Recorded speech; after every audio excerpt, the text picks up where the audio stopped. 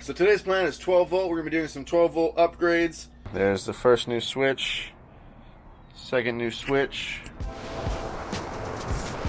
What's going on, everyone? Welcome to another episode of If There's a Will, There's a Wave. If you follow along with the series, welcome back, and if you're new, welcome aboard. We're restoring this 1973 32-foot Lohr's Flybridge Sport Fisher that's been sitting for what's seemingly more than 2 years. It's tend to get worse the further down you go.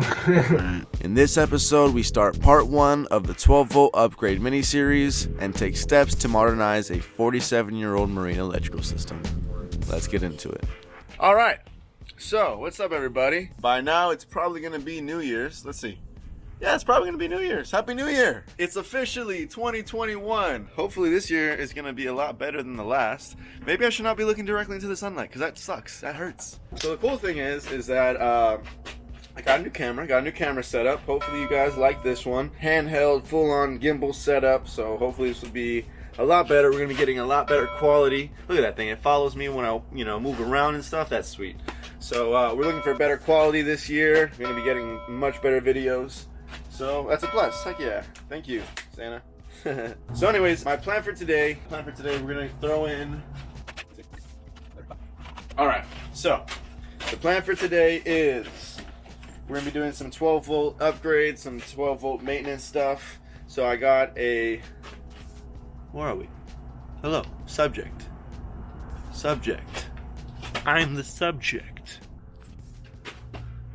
There we go. I'm the subject. There we go. All right, we're back. So today's plan is 12 volt. We're going to be doing some 12 volt upgrades. We got one of these quick shutoffs for the main 12 volt system. You can check this out. So basically this is going to be going in line between the battery, the positive cable, to the rest of the boat. And this will just be a quick way to turn on and turn off the power to the boat.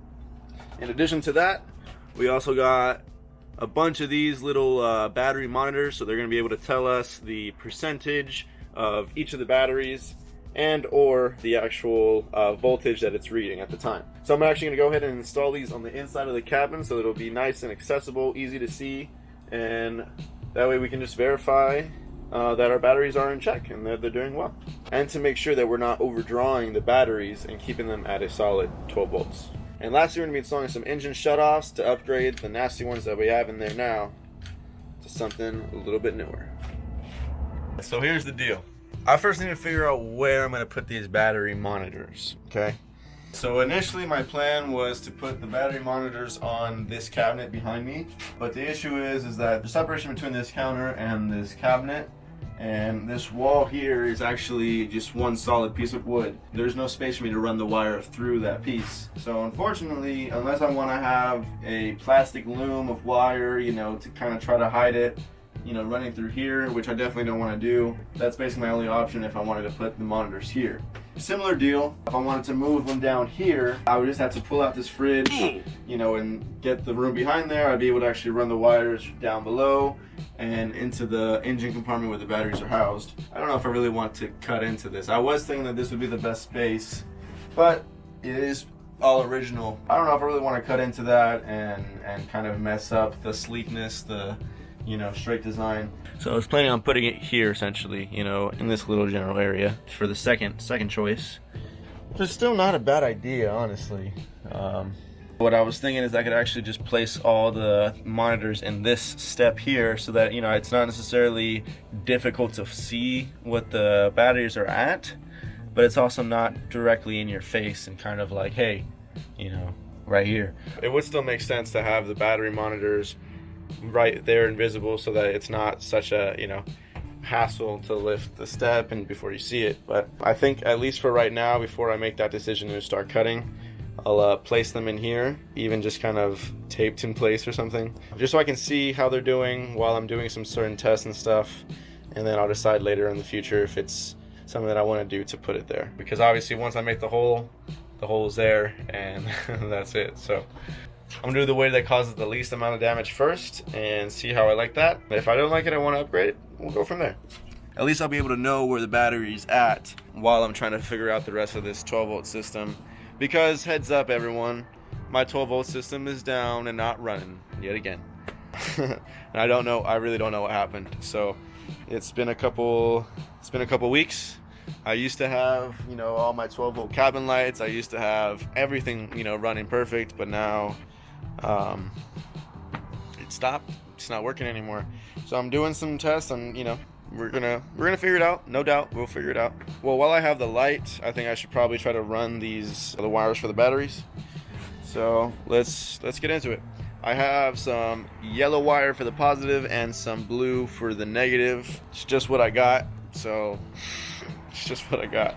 Okay, so we're starting with the negative wire. We're at the center of the boat, and I'm just going to rough estimate how much we're gonna need to get through here. And you're basically going to be running the wire along the same path. We're back. So the cool thing about this is that basically I have everything coming to the center of the boat, and it's here where we have all the shut-off switches for all the batteries, and where I'm going to be installing the newest one for the main battery, right? In the instance of the negative cable, we have to run it directly to the negative terminal on the battery, right? Just so that we're getting a direct negative reading from these batteries. These are the ones that we're talking about, right? Technically, you could go off the ground from anywhere off the boat, but in this case, these batteries are not actually grounded to this engine, which means that the ground that you would be reading would be off of that battery, or even possibly this battery.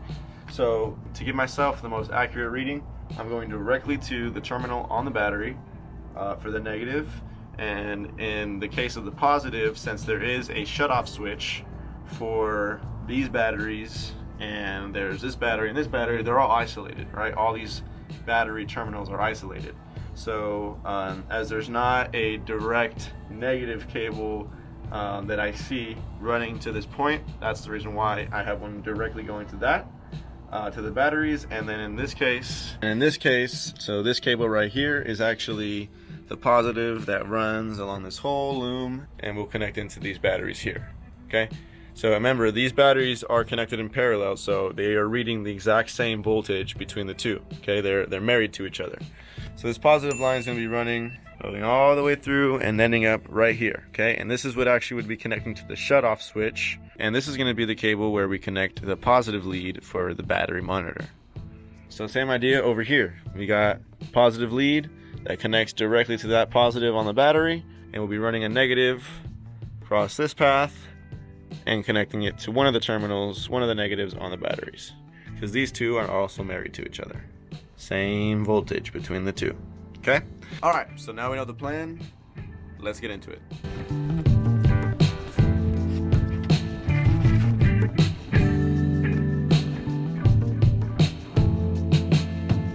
We got the negative wire ran, so starting here and running through the loom, it goes all underneath here, okay?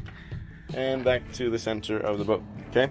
Now from here, we're gonna go ahead and approximate how much wire we need for it to get into the staircase. Then I'm gonna also give myself an additional 1 foot to 2 feet of wire, just so that I can have a little bit of playroom if I want to move it to another location and not have to solder on an extension or anything like that. Though it's not that big of a deal, not too hard if that's what I have to do. At least that'll give me a little bit of wiggle room. So I'm working on this alone today, so what you can do, just use whatever is around you. Just use whatever is around you to your advantage. I got the zip tied here in this location, but that's not dead center of the boat. This is more along the lines of dead center. So I'm gonna go ahead and wrap this wire around this little post right here to get me more center, more in line with the middle of the boat. And then we'll go ahead and pull this wire to the middle of the cabin. And that should be more than enough wire for me to put it in the step and move it around if I want to. Let's do that. So there's the step, and here's about how much wire we have.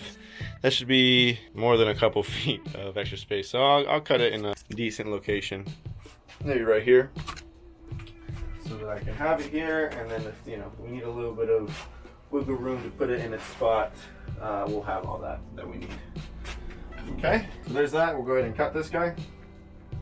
Boom. And let's go and do the same thing on the other side.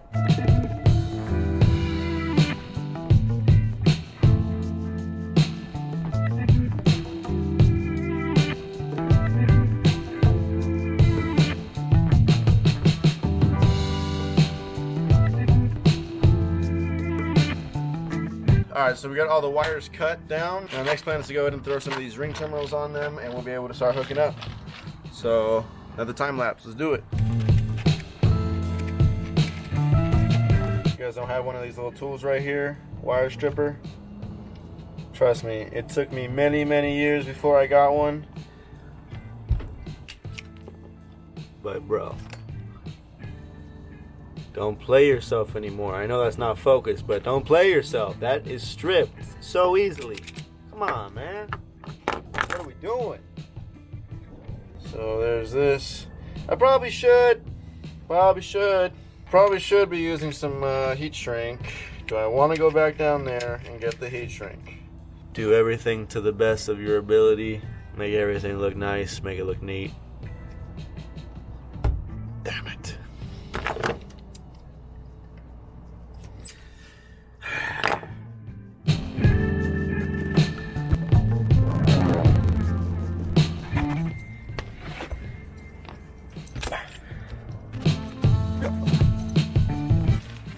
Boom.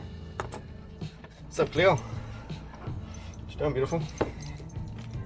Thank you. Thank you. Okay. All right.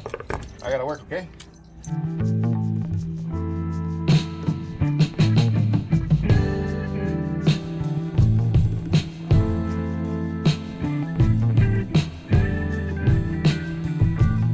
Nah, man, just get a lighter, okay? Does the job. We got all the wires coming to one piece, right? So here is our positive for the starboard side. Cleo, can you get out? Get out.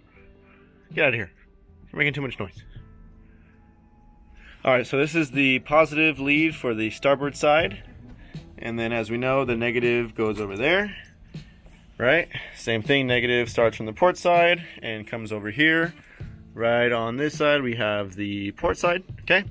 And all four of these wires are gonna be meeting each other right here, okay? Yellow and blue, yellow and blue. And I color coordinated everything. So for instance, port side is gonna be all with green heat shrink. Starboard side is gonna be with all black. And then the main battery is all gonna be with yellow, okay? So that's how we'll be able to distinguish all these wires without having to do testing or anything like that. We'll just see the tips and have an understanding of what it is. Okay? All right, Cleo, you understand? You understand? Good girl. Good girl. I love you. I love you. You stay. Okay, relax. That's going to wrap it up for part 1 of this 12-volt electrical upgrade series. Stay tuned for next week when we finalize the battery monitor connections and try to make sense of highly questionable spaghetti wiring. See you next week.